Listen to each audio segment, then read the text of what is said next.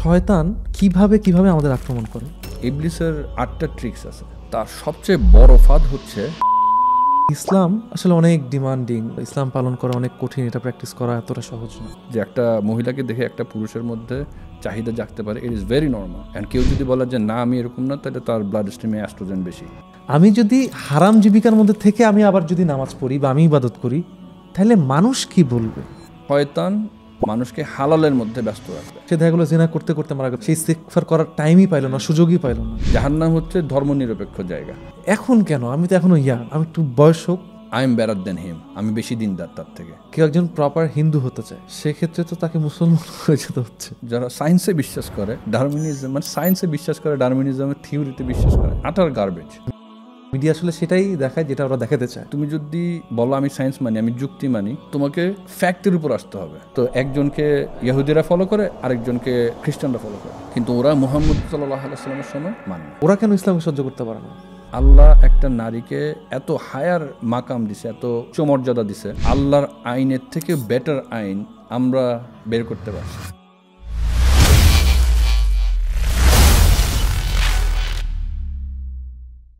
আউযু বিল্লাহি মিনাশ শাইতানির রাজিম। বিসমিল্লাহির রহমানির রহিম। রব্বি ইশরাহ লি সাদরি ওয়া ইয়াসসির লি আমরি ওয়াহলুল উকদাতাম মিন লিসানি ইয়াফকাহু কওলি। চিন্তা করেন তো, আপনার একজন শত্রুর কথা, যাকে আপনি চোখেই দেখতে পাচ্ছেন না, কিন্তু তার উপস্থিতি বা প্রেজেন্স আপনি ঠিকই টের পাচ্ছেন। প্রতিটা দুর্বলতায়, প্রলোভনে আর সংশয়ের মধ্যে ওয়াসওয়াসা। ওর মিশন হচ্ছে আপনাকে আল্লাহর থেকে কিভাবে দূরে সরায় নেওয়া যায়। এই শত্রুটা আসলে কে? আল্লাহ সুবহানাহু ওয়া তাআলা আমাদেরকে ক্লিয়ারলি বলে দিয়েছেন, সে হচ্ছে আমাদের প্রকাশ্য শত্রু। আসসালামু আলাইকুম ওয়া রাহমাতুল্লাহি ওয়া বারাকাতুহু। সবাইকে ওয়েলকাম করছি দি মেসেজ পডকাস্টের নতুন একটা এপিসোডে, যেখানে আমরা কথা বলবো সেই লানতপ্রাপ্ত শয়তান ইবলিসকে নিয়ে। আসার কথা হচ্ছে, এই ইবলিসের কুমন্ত্রণা থেকে বাঁচার জন্য যে হাতিয়ার, সেটা আল্লাহ তাআলা আমাদেরকে দিয়ে দিচ্ছেন। আজকের এপিসোডে আমরা কথা বলবো শয়তান কিভাবে কাজ করে এবং আমাদেরকে ফাঁদে ফেলার জন্য কি টেকনিক বা স্ট্র্যাটেজি ইউজ করে, এবং ঈমান, আমল এবং তাকওয়ার মাধ্যমে আমরা কিভাবে এই কুমন্ত্রণা থেকে বাঁচতে পারি। ইবলিসের চালাকির মজার সব গল্প এবং ঈমান তাজা এবং মজবুত করার সহজ উপায়, নানা রকম বিষয় আজকের এপিসোডে চলে আসবে, যেটা এই এপিসোড শেষ করেও আপনাকে নতুন করে ভাবে তুলতে সাহায্য করবে ইনশাআল্লাহ। এই মুহূর্তে আপনি হয়তোবা গাড়ি চালাচ্ছেন, কিংবা কাজে আছেন, অথবা অবসর সময় কাটাচ্ছেন। যেটাই হোক না কেন, প্রস্তুত হন এই অদৃশ্য যুদ্ধের অংশ হতে। ইন্নাল হামদুলিল্লাহ নাহমাদুহু ওয়া নাস্তাঈনুহু ওয়া নাস্তাগফিরুহু ওয়া নাউযু বিল্লাহি মিন শুরুরি আনফুসিনা ওয়া মিন সাইয়্যাতি আমালিনা মান ইয়াহদিহিল্লাহু ফালা মুদিল্লা লাহু ওয়া মান ইউদ্লিলহু ফালা হাদিয়া লাহু ওয়া আশহাদু আন লা ইলাহা ইল্লাল্লাহ ওয়াহদাহু লা শারীকা লাহু ওয়া আশহাদু আন্না মুহাম্মাদান আবদুহু ওয়া রাসূলুহু। আম্মা বা'দ। আসসালামু আলাইকুম ওয়া রাহমাতুল্লাহি ওয়া বারাকাতুহু। ইবলিস শয়তানের প্রাথমিক ফোকাস থাকে কিভাবে আমাদেরকে আল্লাহ স্মরণ থেকে সরিয়ে দিয়ে ইবলিসের দিকে নিয়ে যাওয়া যায়। মুসা আলাইহিস সালাম একবার অসুস্থ হয়ে পড়লেন এবং আল্লাহ সুবহানাহু ওয়া তাআলাকে বললেন, ইয়া রব, আমি অসুস্থ, আমাকে শিফা দান করুন। আল্লাহ সুবহানাহু ওয়া তাআলা জবাব দিলেন, ইয়া মুসা, ওই গাছ দেখতেছো, সেই গাছের পাতা নিয়ে ওটা বেটে তুমি খাও,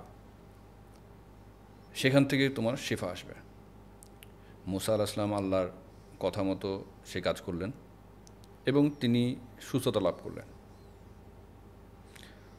কিছুদিন পর মুসা আলাইহিস সালাম আবার অসুস্থ হয়ে পড়লেন, যেহেতু প্রথমবার আল্লাহ সুবহানাহু ওয়া তাআলা ওনাকে জানিয়ে দিয়েছিল যে এই গাছের পাতাটা খেলে উনি সুস্থতা অর্জন করবেন। তো উনি অসুস্থ হওয়ার পরে সেই গাছের পাতাটা বেটে আবার খেলো। দ্বিতীয়বার অসুস্থ হওয়ার পরে মুসা আলাইহিস সালাম যখন সেই একই চিকিৎসা নিজের উপর প্রয়োগ করলেন, উনি সুস্থতা পেলেন না এবং আল্লাহ সুবহানাহু ওয়া তাআলাকে উনি যখন বললেন, ইয়া রব, আমি এখনও অসুস্থ, আমি সুস্থতা লাভ করিনি, আল্লাহ সুবহানাহু ওয়া তাআলা বললেন যে তুমি আমার কাছে শিফা চাওনি। অসুস্থতা থেকে আমাদের শিফা দিতে পারে আল্লাহ সুবহানাহু ওয়া তাআলা। সেই গাছের পাতাটা ছিল আল্লাহর সুবহানাহু ওয়া তাআলার পক্ষ থেকে শিফা দানের একটা মাধ্যম। সেই গাছের পাতা আমাদেরকে সুস্থ করতে পারে না। সো এই গল্প থেকে আমরা শিখি যে যখনই আমরা কোনো একটা বিপদ অথবা যে ঝামেলায় পড়ব, বিভ্রান্তিতে পড়ব, আমাদের প্রাথমিকভাবে সর্বপ্রথম সাহায্য চাইতে হবে আল্লাহ সুবহানাহু ওয়া তাআলার কাছে।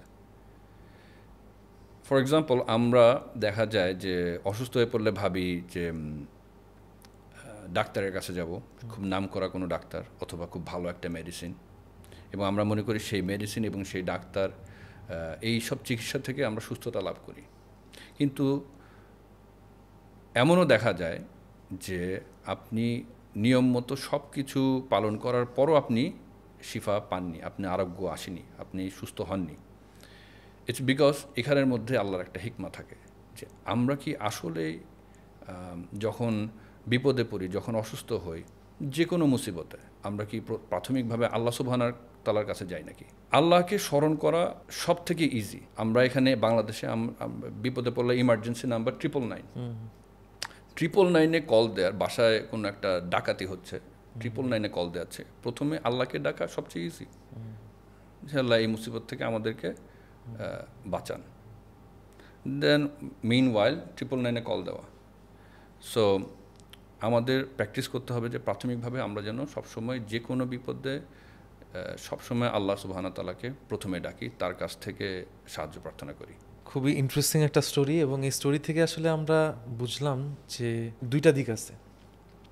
একটা হচ্ছে যে আল্লাহকে ডাকলাম না, আল্লাহকে স্মরণ করলাম না, কিন্তু লেটস সে যদি শিফার জন্য হয়, আমি ওষুধ খাইলাম, ডাক্তারের কাছে গেলাম, তাইলে হচ্ছে না।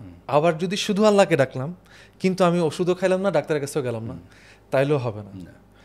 সো এই ক্ষেত্রে রাসূল সাল্লাল্লাহু আলাইহি ওয়াসাল্লাম আবার বলছে একটা কথা, যে একটা হাদিস আসছে যে তোমরা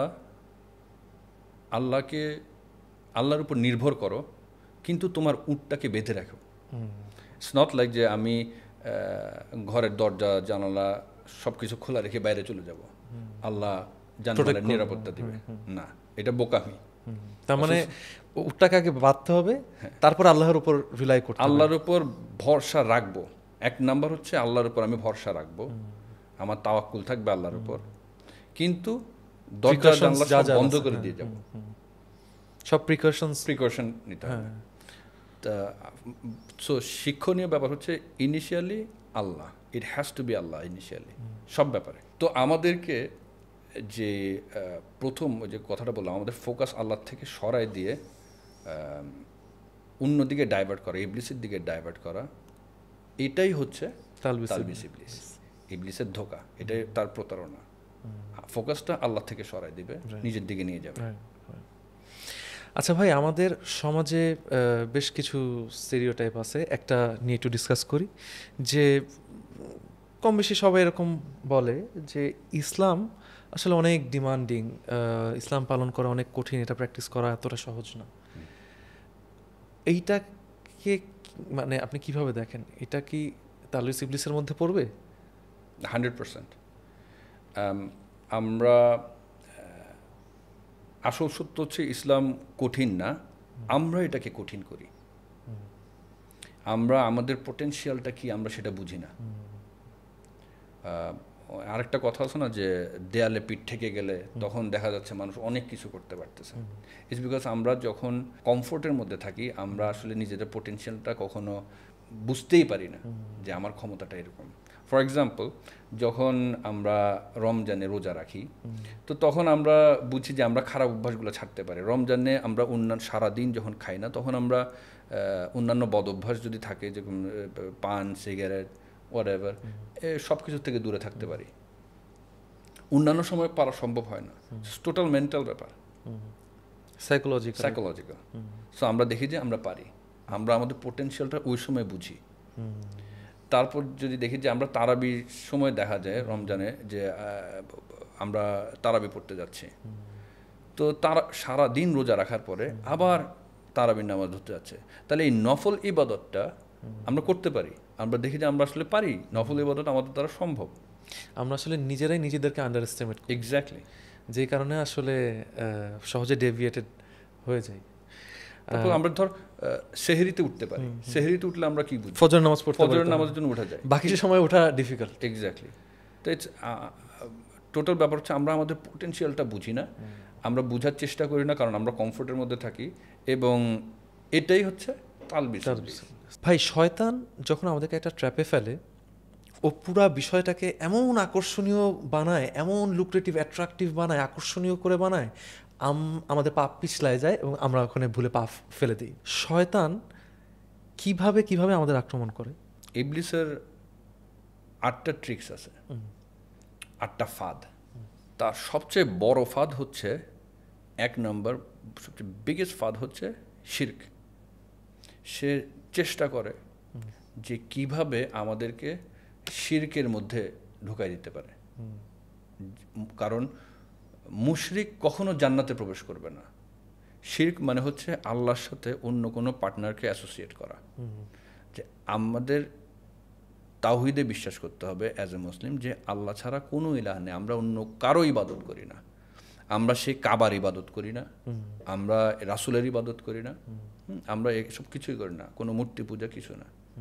কাবা ইজ জাস্ট একটা ডিরেকশন, এই ডিরেকশনে যে পূর্বে থাকে সে পশ্চিমে মুখ ফেরাবে, যে পশ্চিমে থাকে সে পূর্বে মুখ ফেরাবে, যে উত্তরে থাকে সে দক্ষিণে ফেরাবে। জাস্ট কাবার দিকে কিবলামুখী হয়ে ইবাদত করা, এটা শিরক না। এটা আমরা পাথরের পূজা করতেছি না, it's just a direction. And then আমরা আমাদের রাসূলদেরকে অনেক সম্মান করি, আমরা তাদের ফলো করি, আমরা তাদের সুন্নাহ মানি, কিন্তু আমরা তাদেরকে আল্লাহর সাথে অ্যাসোসিয়েট করি না। তারা আল্লাহর মেসেঞ্জার, তারা আল্লাহর বাণী নিয়ে আসছে, আমাদেরকে জানাইছে, দ্যাটস ইট। তাদের সম্মান অবশ্যই উপরে, কারণ আল্লাহ তাদেরকে নিজের মেসেঞ্জার বানাইছে। সো দেখা যায় যে খ্রিস্টানরা তাদের রাসূলকে এত এত বেশি রিভিয়ার করছে, এত বেশি সম্মান করছে, যে তারা তার পূজা শুরু করে দিছে, জিসাস ঈসা আলাইহিস সালামের। তো দেন ওরা শিরক করে ফেলছে, এটা শিরক। হিন্দুইজমে দেখা যায় অনেক মূর্তি, ডেফিনেটলি শিরক। তো বেসিক্যালি তাওহীদে আসতে হবে যে এক আল্লাহ বিশ্বাস করতে হবে, এবং আমরা সব কিছুতে আল্লাহর দিকে মুখাপেক্ষী, আল্লাহ ছাড়া অন্য কাউকে আমরা ইলাহ হিসাবে অ্যাকসেপ্ট করি না। তো এইটা যদি শয়তান কোনো মতে এই জায়গাটার থেকে আমাদের থেকে সরাই দিতে পারে, আমাদেরকে মুশরিক বানাতে পারে, মানে মনোথিস্টিক বিলিফ থেকে পলিথিস্টিক বিলিফের দিকে যদি সামহাও নিয়ে যেতে পারে, আল্লাহ বাদে অন্য যে কোনো কিছু তে যদি কনভার্ট করে ফেলতে পারে, তাহলে ও আর কি এটা তার 1 নম্বর হাতিয়ার। বিকজ যে শিরক করছে সে জান্নাতে প্রবেশ করবে না। একজন মুসলমান যদি অন্যান্য গুনাহ করে, বিভিন্নভাবে মাফ চেয়ে আল্লাহ তাকে হয়তো শাস্তির পরে আল্লাহ হয়তো তাকে মাফ করে দিতে পারে, স্ট্রেট আপ, আল্লাহু আলেম, আল্লাহর ইচ্ছার উপর। অথবা যেই ভুল করা হয়েছে সেই ভুলের শাস্তি পাওয়ার পরে জান্নাতে প্রবেশ করবে। বাট একটা মুসলমান জান্নাতে প্রবেশ করবে, মুসলমানের যে ঈমান আনছে আল্লাহর উপর, শিরক করে না, তাওহীদ ঠিক আছে। তো এই কারণে এটা শয়তানের, ইবলিসের সবচেয়ে বড় 1 নম্বর হাতিয়ার। আচ্ছা তাইদ ভাই, এরকম অনেক ইভেন্ট হয়, ধরেন পারিবারিক ইভেন্ট, যেই ইভেন্টগুলোতে দেখা যায় যারা বয়োজ্যেষ্ঠ আছেন বা শিক্ষক সমতুল্য বা আত্মীয় স্বজন সিনিয়র, ওনারা এক্সপেক্ট করেন যে আমরা আসলে পায়ে হাত দিয়ে সালাম করার যে বিষয়টা, যদি না করা হয় সেক্ষেত্রে অনেকে মাইন্ড করেন, অনেকে বেয়াদব ভাবেন। কিন্তু এই ধরনের প্র্যাকটিস কি আমাদের ইসলাম সাপোর্ট করে কি না, এবং এটা কি শিরকের আন্ডারে পড়বে? 200% এটা শিরকের আন্ডারে পড়ে। আমরা আল্লাহ সুবহানাহু ওয়া তাআলা ছাড়া অন্য কারোর সামনে মাথা নত করি না।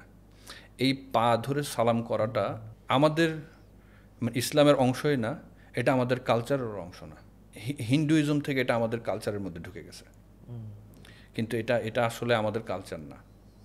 ফর এক্সাম্পল, পা ধরে সালাম করলে যদি কাউকে সম্মান দেখানো হয়, এটা যদি সম্মানের মাপকাঠি হয়ে থাকে, তাহলে যখন রাসূলুল্লাহ সাল্লাল্লাহু আলাইহি সাল্লাম জীবিত ছিলেন, ওই সময় এই পৃথিবীতে ওনার থেকে বড় সম্মানিত ব্যক্তি আর কেউ ছিল না। কিন্তু কোনো সাহাবা, এমন কোনো রেকর্ড নাই যে তারা রাসূলকে পা ধরে সালাম করছে। তাহলে কি রাসূলের সাথে তারা বেয়াদবি করছে? তাকে সম্মানিত করা হয় নাই? অসম্মান করা হয়েছে। ইটস জাস্ট কালচারাল, এটা আমাদের কালচারের মধ্যে ঢুকে গেছে হিন্দুইজম থেকে। এটা তাহলে বলা যায় আরেকটা এটাই তালবিস তালবিস এটাই ইবলিস। তালবিস ইবলিস। আরেকটা বিষয় যেটা লক্ষ্য করা যায় যে আমাদের যেই রাষ্ট্র ব্যবস্থা, গণতান্ত্রিক যে রাষ্ট্র ব্যবস্থা, একজন মুসলিম হিসেবে আসলে আমাদের করণীয়টা কি? আমরা আসলে কিসে বিশ্বাস করব রাষ্ট্র ব্যবস্থা হিসেবে? আমাদের কি নামাজ পড়ার জন্য আমরা একটা জায়গায় যাব এবং রাষ্ট্র ব্যবস্থা হিসেবে আমরা আরেকটা জায়গাকে ফলো করব? মুসলিম হিসেবে কি আমার ইমানটা ঠিক থাকতেছে কিনা যদি আমি গণতন্ত্রমুখী হয়ে যাই?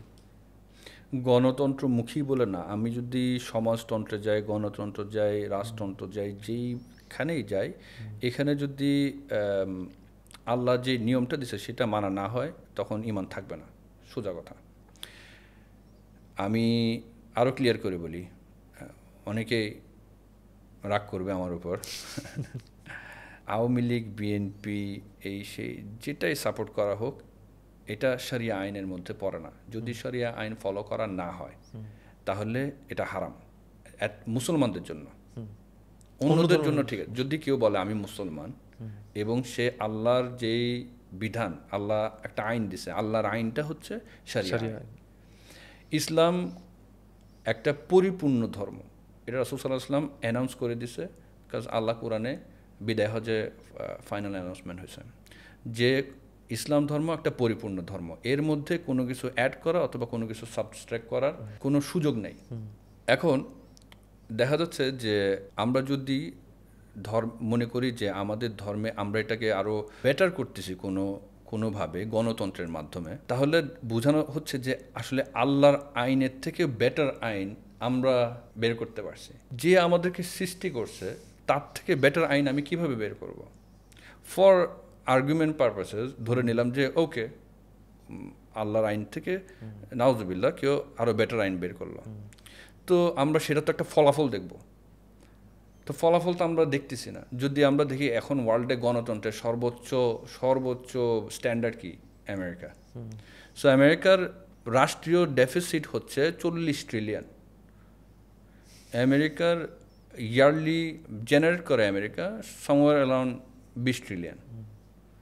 তাই আমেরিকাকে 2 বার বেচে দিতে হবে। ও এত একটা বাবলের মধ্যে, ক্রেডিটের মধ্যে আছে, ও নিজেকে 2 বার পুরোপুরি বেচলে হয়তো পুরো দুনিয়ার সুদ হবে ওর যে পরিমাণ ক্রেডিট আছে। So it didn't work. এবং দুনিয়ার মধ্যে যত যুদ্ধ ফ্যাসাদ, সবচেয়ে মানে ভয়ঙ্কর রকমের যুদ্ধ, মানুষ মারামারি, এরা আমেরিকায় করছে। মানে স্পেশালি পশ্চিমা, শুধু আমেরিকা বলবো না আমি, পশ্চিমা রাষ্ট্রগুলা করছে। আরও যদি ভেঙে বলি, যারা মুসলমান না তারাই করছে। কিন্তু অ্যাট দ্য সেম টাইম ওরা আমাদেরকে, মুসলমানদেরকে ট্যাগ দিবে টেররিস্ট। আমরা মৌলবাদী, বিকজ আমরা ফান্ডামেন্টাল, একদম বেসিক মৌলবাদী কি, যে আল্লাহ যে সিস্টেমটা দিছে আমাদেরকে, আমি পুরোপুরি টপ টু বটম আল্লাহর নিয়ম মানার চেষ্টা করতেছি, বিকজ আমি আমাকে মুসলমান বলি। আমি আমাকে মুসলমান বললে আমি আল্লাহ আমাকে যেই নিয়ম দিছে আমি সেই নিয়মে যাব। কেউ যদি বলে যে না আমি মুসলমান না, আমি এথিস্ট, আমি গণতন্ত্র করব, দ্যাটস ফাইন, তাতে কোনো সমস্যা নেই। কিন্তু মুসলমান বলে ওটা করা যাবে না। সেকুলারিজম, ধর্মনিরপেক্ষতা, ধর্মনিরপেক্ষ জায়গা একটাই, জাহান্নাম হচ্ছে ধর্মনিরপেক্ষ জায়গা। যদি জাহান্নামে যায় দেখা যাবে আস্তিক নাস্তিক সবাই একসাথে মিলেমিশে আছে, ওইটা একটা ধর্মনিরপেক্ষ জায়গা। জান্নাত ভেরি স্পেসিফিক, খালি মুসলমানদের জন্য। সুন্দর আলোচনা তাহিদ ভাই। আমার মনে হয় যাদের এই গণতন্ত্র নিয়ে অনেক আগ্রহ ছিল বা পরিষ্কার ছিল না আইডিয়াটা, সেই মিসকনসেপশনগুলো দূর হয়ে যাবে ইনশাআল্লাহ। আর কি ওয়েজ আছে যেই পথে আসলে শয়তান বা ইবলিস আমাদের অ্যাটাক করে? সো 1 নম্বর গেল শিরক। 2 নম্বর হচ্ছে মেজর সিন, মানে কবিরা গুনাহ। শিরক তো কবিরা গুনাহ আছে। এছাড়া মার্ডার, খুন করা, কালো জাদু, বাবা মার সাথে খারাপ আচরণ, ডিসঅনার করা প্যারেন্টসকে, জিনা, সুদ, এই সবগুলো ফলস আন্ডার মেজর। আরও অনেক আছে, আমি কয়েকটা বললাম। ফলস আন্ডার মেজর সিন, কবিরা গুনাহ। কবিরা গুনাহ যদি শিরকে কাউকে ঢুকাতে না পারে ইবলিস, দেন তার নেক্সট স্টেপ হয় আমি তোমাকে কবিরা গুনাহ করাবো, এইগুলা কোনো একটা কিছু করাবো। রাইট। এবং কিভাবে করায়, সে করানোর পর সে মাথায় এটাই দেয়, একটা মুসলমান সে ঈমান আনছে, আল্লাহকে বিশ্বাস করে এটা করবে, এবং সে ভাববে, মানে ইবলিস তার মাথায় ওয়াসওয়াসাটা দিবে এটাই যে আল্লাহ গফুরুর রাহিম, আল্লাহ রহমানুর রাহিম, আল্লাহ মাফ করে দিবে, তুমি বড় বড় গুনাহ করবা, বাট আল্লাহ তো মাফ করে দেয়, আল্লাহ রহমানুর রাহিম, আল্লাহ তোমাকে মাফ করে দিবে, all you have to do, তুমি তওবা করবা। এবং ওই কথাটা সঠিক, কথাটা মিথ্যা না, কিন্তু তুমি তো জানো না তোমার মৃত্যু কখন হবে, তুমি কি তওবা করার সুযোগ পাবা, এই জিনিসটা সে কখনো মাথায় ইনপুট করবে না। হোয়াট ইফ সে সত্যর সাথে মিথ্যাটা মিক্স করে বলে যে তুমি মাফ পাবা, তুমি যদি শিরক করো, তুমি যদি আল্লাহর কাছে মাফ চাও, আল্লাহ মাফ করে দিবে, আল্লাহর প্রমিস। কিন্তু আমাদের যে জায়গাটায় যে ব্লারি লাইন, যে গ্রে লাইনটা হচ্ছে যে আমি কি সেই সুযোগটা পাবো। এক্স্যাক্টলি। হোয়াট ইফ ওই কবিরা গুনাহটা করতে করতেই সে মারা যায়, হ্যাঁ, exactly. সে ইস্তিগফার করার টাইমই পাইল না, Time-ই সুযোগই পাইল না, সে দেখা গেলো জিনা করতে করতে মারা গেল, বা রিবার সাথে যুক্ত থাকতে থাকতে সে ফর এক্সাম্পল আমি একটা উদাহরণ দিই, যে ওই যে আমাদের কথা শুরু করলাম ফোকাস দিয়ে, হয় কি আমরা যদি প্র্যাকটিসের মধ্যে না থাকি, দিনের প্র্যাকটিসের মধ্যে না থাকি, তাহলে আমাদের ওই ফোকাসটা কখনো আসবে না। এটা প্র্যাকটিসের ব্যাপার। ক্রিকেট, ফুটবল যেটাই খেলে ভালো হয় বিকজ অফ প্র্যাকটিস, সেমভাবে এটাও একটা প্র্যাকটিসের ব্যাপার। তো দেখা যাবে যে ধর একটু আগুন আমাদের হাতে, একটু আগুনে পুড়লো, আগুনে পুড়া মাত্র ফার্স্ট চিন্তা কি আসে যে তাড়াতাড়ি ব্যান্ডেজ লাগাও, একটু ক্রিম দাও যাতে বার্ন না হয়, এই আমাদের ফোকাস ওইদিকে চলে যায়। তো যখন মৃত্যু আসবে, সে তখন তার এটা আমাদের হাতে যখন পুড়ে, তখন আমরা চিন্তা করি না লা ইলাহা ইল্লাল্লাহ, আমরা কলেমাতে যাই না, আমরা খুঁজি ব্যান্ডেজ দাও, আমাকে পানি লাগাও, বার্ন যাতে না হওয়ার জন্য অয়েন্টমেন্ট লাগাই, থট প্রসেসের ব্যাপারটা, ফোকাসটা চলে যায় ওইদিকে। তো আসলে কোনো কবিরা গুনাহ করার পরে এমন একটা কিছু হলো, এরকম এটা ছোট একটা আগুনের কথা বললাম, অন্য একটা কিছু হলো, ভাবলো যে এটা লাগালে তো ঠিক হয়ে যাব, কিন্তু আসলে যে তুমি এটা থেকে বেঁচে ফিরবা নাকি তুমি তো জানো না। এইভাবেই আমরা ওই তালবিস ইবলিসে পড়ে যাই, ধোকার মধ্যে। হ্যাঁ, মানে পরবর্তীতে সেই লেটার অন সেই নেক্সটটা আসে না আসলে। তাই কন্টিনিউসলি প্র্যাকটিসে থাকা। রাইট। যে ব্যক্তি তাকওয়ার মধ্যে আছে, মুমিন বান্দা বা মুত্তাকি বান্দা, তাকে দেখা গেল যে শয়তান কবিরা গুনাহ দিয়েও কভার করতে পারতেছে না, সেক্ষেত্রে নেক্সট ধাপে সে থার্ড আসবে। সো শিরক গেল, পারলো না, কবিরা গুনাহ মেজর সিনও হলো না, তাহলে এবার সে চেষ্টা করবে মাইনার সিন, মানে সগীরা গুনাহ। সগীরা গুনার মধ্যে এই যে বাজে ভাষা ব্যবহার করা, নামাজে ডিলে করা, তো এইটা হচ্ছে মাইনর সিনসের মধ্যে পড়ে। যদি মেজর করাতে না পারে তাহলে চেষ্টা করবে মাইনর সিন করাতে, বাট টেকনিক সে একই। তুমি যদি আল্লাহর কাছে মাফ চাও, তুমি ইস্তেগফার করবা, তুমি তওবা করবা, আচ্ছা করে ফেলছো এটা, আচ্ছা এখন বলে ফেলো, পরে ইস্তেগফার করে নিলা, নামাজ পড়লা, সাদাকা করলা, এর মাধ্যমে আস্তে আস্তে তোমার গুনাহগুলা মুছে যাবে, আল্লাহ মাফ করে দেবে, আল্লাহ রহমানুর রহিম, আল্লাহ গফুর। এটা হচ্ছে তার থার্ড স্টেপ। এখন যদি সে এই 3 স্টেপে শিরক, কবিরা গুনাহ, সগীরা গুনাহ হলো না, এইবার একটা ইন্টারেস্টিং একটা ফ্যাক্ট, এবার সে চেষ্টা করবে আমি কোনোভাবে এই মানুষকে কি একটা হালালের মধ্যে ব্যস্ত করতে পারি নাকি। হালালের মধ্যে ব্যস্ত করতে পারি? হালালের মধ্যে শয়তান মানুষকে হালালের মধ্যে ব্যস্ত রাখবে।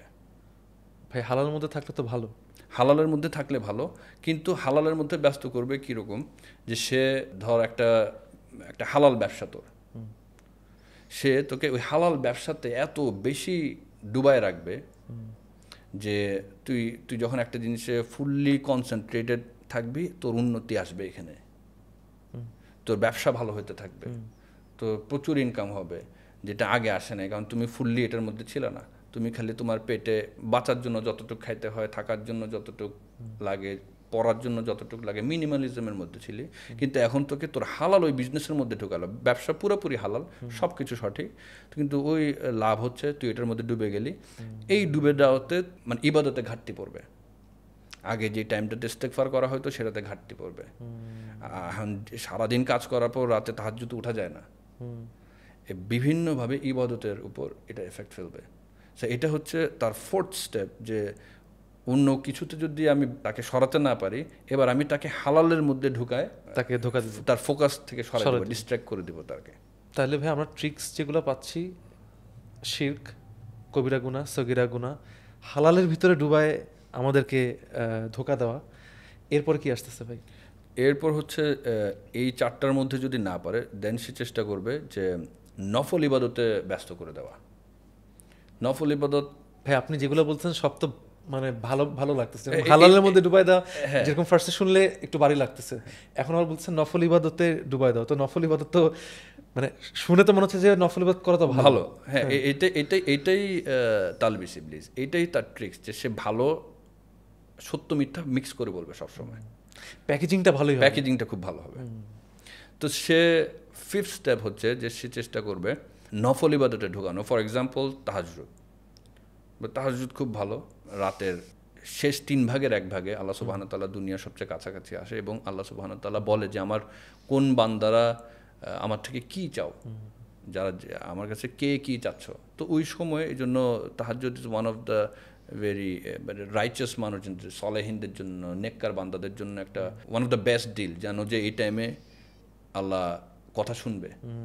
তো ইবলিস ওই তাহাজ্জুদকে ক্যাশ করবে, ওই তাহাজ্জুদকে অনেক আকর্ষণীয় করে তুলবে।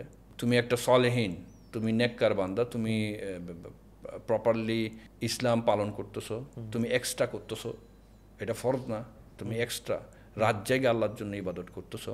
কিন্তু এইটা করতে যায় তুমি জানো যে আমি উঠে রাতে পড়তে পারবো না, সো আমি ঘুমাবোই না, তো আমি একটু ভিডিও গেমস খেলি, ফিফা খেলি, এই সেই খেলি, করতে করতে টাইমটা আমি পার করি।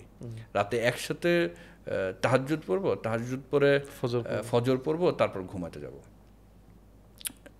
এইটা হচ্ছে তার ইনপুট ওয়াসওয়াসাটা। তো দেখা যায় মানুষ চেষ্টা করলো, ঠিক আছে আমি আজকে তাহাজ্জুদ পড়বো, জেগে সারা রাত জেগে থাকলো, লাস্ট আওয়ারে এসে তাহাজ্জুদ পড়লো, তাহাজ্জুদ পড়ার পর এই যে সারা রাত জেগে ছিল, শরীর টায়ার্ড হয়ে ফজর আগে ঘুম, সে জানে না সে কখন ঘুমায় গেছে। মানে নফল আমল করতে যে ফরজ আমলটা, ফরজ টাইমে যে ফজরের নামাজটা ফরজ, বাধ্যতামূলক। ওই তাহাজ্জুদ না পড়লে গুনাহ নাই, কিন্তু এই ফজরের ফরজ ইবাদত না করলে গুনাহ। আর ফজরের যে 2 রাকাত সুন্নাত নামাজ, সেটা তো পৃথিবীর যা কিছু আছে সেটার থেকে উত্তম, ওটাও মিস হইলো আর ফরতমুস হইলো হইলোই। হ্যাঁ, তো সে চেষ্টা করতেছে নফল দিয়ে তাহাজ্জুদ, মানে তাহাজ্জুদ না, অন্যান্য সব যে কোনো টুল হতে পারে আর কি, হ্যাঁ, কে এত গ্লোরিফাই করবে, এত আকর্ষণীয় করবে। ওই যে বললি না যে ফাঁদে পড়লো, ও ফাঁদটাই এভাবে সাজানো। সো সত্য মিথ্যা অলওয়েজ সে মিক্স করে করে বলবে। তো এই হচ্ছে 5 নাম্বার। এরপর 6 নাম্বারটা, যেটা আমাদের সমাজে ভয়ঙ্কর রকমের ছড়ায় আছে, সেটা হচ্ছে বিদা। ভাই বিদা সম্পর্কে একটা প্রচলিত ধারণা আছে যে আমাদের প্রফেট মুহাম্মদ সাল্লাল্লাহু আলাইহি ওয়াসাল্লাম উনি যেটা করেন নাই সেটাই বিদা। আমরা যদি এই পার্সপেক্টিভ থেকে দেখি, তাহলে ধরেন আমরা রেস্ট নেওয়ার জন্য আমরা যখন কোনো একটা রুম থেকে আমরা এসি ইউজ করি, ধরেন প্রফেট সাল্লাল্লাহু আলাইহি ওয়াসাল্লাম ওনার আমলে এসি ছিল না, উনি দেখা গেছে খেজুর গাছের নিচে ছায়ার মধ্যে উনি রেস্ট নিয়েছেন। বা আমরা এখন গাড়িতে চড়ি বা প্লেনে চড়ি, ওনার সময় সেটা ছিল না, উনি দেখা গেছে উটের পিঠে চড়ে উনি ঘোরাফেরা করতো। তারপর ওনার আমলে তো মোবাইল ছিল না, আমরা এখন মোবাইল ইউজ করতেছি। তাহলে উনি তো এগুলা করেন, তাহলে এগুলা কি ফলস আন্ডার বিদা? যদি আমি ট্রান্সলেট করি, বিদা ট্রান্সলেট টু ইনোভেশন, মানে নতুন করে নতুন নতুন আবিষ্কার। এখন আমরা যখন বিদার কথা বলি, মানে ইট কামস টু দিন, আমাদের ধর্ম, দিন ইসলামের ব্যাপারে যখন আমরা বিদা বলি, সেটা বোঝায় যে এটা দিনের ক্ষেত্রে নতুন আবিষ্কৃত কোনো আমল নাকি। দিনের ক্ষেত্রে নতুন আবিষ্কৃত আমল বলতে বোঝাচ্ছে যে আল্লাহর ইবাদতে রাসূল সাল্লাল্লাহু আলাইহি ওয়াসাল্লাম কি এটা করছে নাকি করে নাই, এতটুকুই। রাইট। যে রাসূল কি দিনের ক্ষেত্রে, যেরকম ফর এক্সাম্পল আমি যদি অন্যদিকে যাই তোর উদাহরণের সাথে ম্যাচ করতে, যে রাসূল সাল্লাল্লাহু আলাইহি ওয়াসাল্লামের one of the favourite food was লাউ। তো এখন লাউ না খেলে কি আমি সুন্নাত পালন করতেছি না? It's not like that. এটা বিদা এরকম না, এটা ধর্মের সাথে রিলেটেড না। যদি দিন ইসলামের সাথে রিলেটেড না হয়, তাহলে এটা বিদার মধ্যে পড়তেছে না।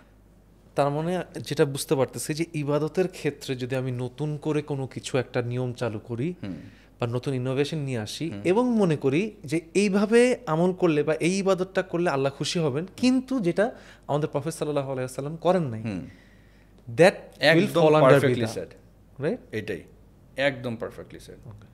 সো ভাইয়া, বিদআত তো আসলে অনেক রকমের বিদআত প্রচলিত আছে সমাজে, আমরা হয়তো অনেকগুলো জানি, অনেকগুলো জানি না। আপনার স্মরণে কয়েকটা প্রচলিত বিদআত যদি আমাদেরকে শেয়ার করতেন। সম্মিলিত মোনাজাত।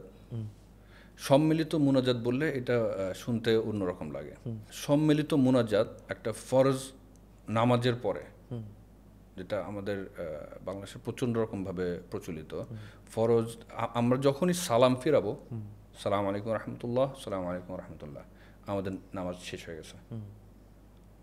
কিন্তু মানুষ অনেকে মনে করে যে ফরজ, স্পেশালি ফজর এবং মাগরিব, স্পেশালি দুই টাইমে মনে করে যে আমরা সালাম ফিরানোর পরে অনেক জায়গায় জিকিরও করে, উইচ ইজ ঠিক আছে, এটা রাসূল নিয়ম সুন্নাহ, যে জিকির করার পরে অনেকে ওয়েট করে যে ইমাম একটা মোনাজাত ধরবে। এই সম্মিলিত মোনাজাত ফরজ নামাজের পরে মনে করা যে এই মোনাজাতটা না হলে নামাজ শেষ হচ্ছে না, নামাজ কনক্লুড হয় নাই, দিস ইজ বিদআহ। মানে এই নামাজ শেষ করার পরে সম্মিলিত যে মোনাজাতটা হচ্ছে সেটাকে মেইন নামাজেরই একটা পার্ট ধরে অংশ মনে করা, সেটা হবে বিদআহ। রাসূল সাল্লাল্লাহু আলাইহি ওয়াসাল্লাম সম্মিলিত মোনাজাত করছেন, করেন নাই তা না, স্পেশাল কেস, স্পেশাল অকেশন, বৃষ্টি চাওয়ার জন্য, বিভিন্ন প্রাকৃতিক দুর্যোগের থেকে বাঁচার জন্য করছে, সেটা আলাদা ব্যাপার, এর জন্য কুনুতে নাজিলা হয়েছে। কিন্তু প্রত্যেকটা ফরজ নামাজের পরে অথবা স্পেশালি ফজর এবং মাগরিবের নামাজের পরে জিকিরের পরে একটা মোনাজাত করা, এটা কন্টিনিউয়াস প্রতিদিন হচ্ছে, এটা বিদআহ। এটা প্রচলিত একটা ডিড বলা যায়। এছাড়া আর কি কি বিদআত আছে ভাইয়া, আমরা একটু চেষ্টা করবো জানার জন্য। জি, আযান দিলে মাথায় কাপড় দেওয়া। তো অনেকে মনে করে আযান দিলে এমনি মাথায় কাপড় থাকে না, কিন্তু আযান দিলে দৌড়াদৌড়ি করে যে তাড়াতাড়ি মাথায় কাপড় দিতে হবে। ইটস লাইক আল্লাহ কি তোমাকে এতক্ষণ দেখেন নাই? আল্লাহ সর্বদা সারাক্ষণ দেখতেছে আমরা কি করতেছি। আমরা যদি তাকওয়া থাকে তাহলে আমরা বুঝতে পারবো এটা। মাথায় কাপড় আযান দিলে দিতে হবে, এটা বিদআহ। তুমি সারাক্ষণই কাপড় দিয়ে রাখো, তাতে প্রবলেম নাই, কিন্তু আযান দিলে মাথায় কাপড় দিতে হবে যখন এই ধর্মের সাথে কানেক্ট করতে। সারাক্ষণ কাপড় দেওয়া বলতে মানে যখন বাসায় আছে তখন না, যখন পাবলিক প্লেসে আছে তখনকার। বাসার মধ্যেও মানে যদি কোনো নন মাহরাম কেউ না থাকে, মানে মাহরামের সামনে তো আর মানে আযান দেওয়ার সাথে মাথায় কাপড় দেওয়ার কোনো সম্পর্ক নাই। এটা হচ্ছে মেইন ব্যাপারটা। আযান দিবে তাই মাথায় কাপড় দিবে, এটা নিয়ম নেই। আমি যদি ঘরের মধ্যে থাকি এবং একটা মহিলা বাসার ভিতর আছে, সে তার রুমের মধ্যে আছে, এখানে কোনো নন মাহরাম কেউ নাই, তা আযান দিলে তার মাথায় কাপড় দিতে হবে এমন না দিলে তার গুনাহ হবে এমন না। এটার সাথে দ্বীন ইসলামের কোনো সম্পর্ক নেই। তার মানে হচ্ছে কেউ যদি চিন্তা করে যে আমি মাথায় কাপড় দিচ্ছি কারণ আমার সওয়াব বা না হবে স্টাইলে, তাহলে সেটা বিদআহ হয়ে যাবে। এইটাই তালবিস ইবলিস। প্রতিবার সে বুঝায় যে এটা একটা ভালো কাজ, হ্যাঁ মাথায় কাপড় দেওয়া তো ভালো কাজ, এখানে সমস্যা কি? হ্যাঁ, এইভাবে করে সে বুঝায়। হ্যাঁ, সো লেটস থিংক এবারে যে অন্যান্য সময় কি হচ্ছে। আযান দিলে আমি যদি এইভাবে চিন্তা করি, আমরা জানি হাদিস দ্বারা প্রমাণিত যে যখন আযান দেওয়া হয় তখন ইবলিস শয়তান এর আশেপাশে কোথাও থাকে না, তারা পালায় যায়। যতদূর পর্যন্ত আযানের আওয়াজ পাওয়া যায় ততদূর পর্যন্ত তারা থাকে না। তো যদি আযান দিলে মাথায় কাপড় দেওয়ার আসলে যদি ওই হিসাবে দরকারই নেই, কারণ ওখানে ইবলিস থাকবে না। রাসূলুল্লাহ সাল্লাল্লাহু আলাইহি ওয়াসাল্লাম বলছেন, মানে আমিলা আমালান লাইসা আলাইহি আমরুনা ফাহুয়া রাদ্দুন, যে আমলের ব্যাপারে আমাদের কোনো নির্দেশনা নেই তা প্রত্যাখ্যাত। তার মানে এমন আমল করা ইবাদতের ক্ষেত্রে যেটা চিন্তা করি আমরা যে এটা থেকে আমি সওয়াব পাবো, কিন্তু এটা রাসূল সাল্লাল্লাহু আলাইহি ওয়াসাল্লাম করেন নাই বা এই বিষয়ে কোনো সহিহ দলিল নাই, সেটাই বিদআহ। আমরা খুব সাবধান থাকতে হবে বিদআহ থেকে। এবং এটার থেকে আমি সওয়াব পাবো, এই থট প্রসেসটাই ওয়াসওয়াসাটা হচ্ছে তালবিস ইবলিস। এরপরে দেখা যায় যে রিলিজিয়াস এক্সট্রিমিজম, সবাইকে ভাবা যে আমি বাদে অন্য সবাই দিনদার না, সে আমি কেন সব করতেছে আমল না? করতেছি কি আমি আবার ও সব তো আমল করতেছে না, Exactly. এরকম চিন্তা ভাবনা চলে আসা। বা এখন তো যেটা হয় যে অহরহ আমরা দেখতে পাচ্ছি ও তো কাফির, ও তো মুনাফিক, আমরা একদম ঢালাও ভাবে যেরকম ঘোষণা দিয়ে দিচ্ছে একজন আরেকজনের ব্যাপারে। So এগুলোও তো ওয়ান কাইন্ড অফ বলা যায় এক্সট্রিমিজম এবং শয়তানের ধোঁকা। আমরা আমাদেরটা প্র্যাকটিস করতে পারি, জানাই দিতে পারি মানুষজনকে, বাট হেদায়েত আসবে আল্লাহ সুবহানাহু ওয়া তাআলার কাছ থেকে। আমরা কাউকে হেদায়েত দিতে পারবো না। এবং আমরা যদি দেখি যে আল্লাহ আমাদেরকে জানাইছে থ্রু কোরআন এই আমাদের দ্বীনের ব্যাপারে, এবং এই কোরআনকে যদি আমরা দেখি কোরআন আমাদেরকে কিভাবে শিক্ষা দিছে, কোরআনকে যদি আমরা একদম মিডল সেকশনে ভাগ করি আমরা পাবো সূরা কাহাফ, এবং সূরা কাহাফকে যদি আমরা মিডল সেকশনে ভাগ করি সেখানে আমরা পাবো ওয়ালিয়াতুল তফ। এই ওয়ার্ডটা ওয়ালিয়াতুল তফ অর্থ হচ্ছে জেন্টলনেস, যে ভদ্রতা। তা আল্লাহ সুবহানাহু ওয়া তাআলা আমাদেরকে সবসময় শিক্ষা দিছে নাইসভাবে, জেন্টেলভাবে যেন একসেপ্ট করে নেই সবাইকে। আমি প্র্যাকটিস করতেছি, তাই আরেকজনকে ঢালাওভাবে সব কিছু না জেনে মুশরিক মুনাফিক এসেই বললে কখনো এটা অনেক অ্যাটাকিং একটা অ্যাপ্রোচ হয়ে যায়, দাওয়াটা ডেলিভার্ড হবে না, সে কখনো আসবে না। তাকে আমি জানাই দিতে পারি যে what is right what is wrong with দলিল, যে হ্যাঁ কোরআনে আল্লাহ এটা বলতেছে তাই আমরা এটা করতেছি। রিলিজিয়াস এক্সট্রিমিজম আরেকটা তালবিস ইবলিস, যেইভাবে সে মানুষকে মনের মধ্যে ঢুকায় দেয় যে আই এম বেটার দেন হিম, আমি হচ্ছে অনেক অনেক ভালো, আমি বেশি দিনদার তার থেকে, আমি হেদায়েত প্রাপ্ত। তাইলে শয়তানের যে অ্যাটাক করার যে পদ্ধতি সেগুলা আমি একটু শুরু থেকে রিক্যাপ যদি করি, এক হচ্ছে শিরকে ঢুকানোর চেষ্টা করবে, সামহাও পলিথিজমের মধ্যে ঢুকানোর চেষ্টা করবে। এরপরে বড় গুনাহ বা কবিরা গুনাহ যেটা চেষ্টা করবে সেইখানে যেন লিপ্ত হয়ে যায় আমরা, সেটা যদি না পারে পরবর্তীতে সগিরা গুনাহ বা যেটা ছোট গুনাহ সেটাতে জড়ানোর একটা ফাঁদ ফেলবে। এর পরবর্তীতে চেষ্টা করবে হালালের মধ্যে যেন আমরা ডুবে থাকি, এবং হালালের মধ্যে ডুবে থেকে আমরা বাকি যে আমল সব কিছু ভুলে যাই। সেটাতে যদি না পারে সেটাতে এরপরে যাবে হচ্ছে নফল আমলের ভিতরে ডুবাই দেওয়ার চেষ্টা করবে, সেই একটা ফাঁদ পাতবে। সেটাতেও যদি কাজ না, নফল ইবাদত করতে গিয়ে আসলে ফরজ আমলটাকেই ছেড়ে দিবে, রাইট।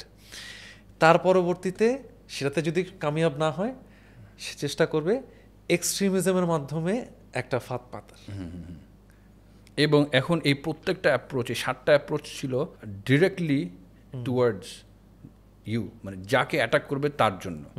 এখন এই 7টা অ্যাটাকই বিফলে গেল, ওই মানুষকে সে ইমান থেকে সরাতে পারতেছে না।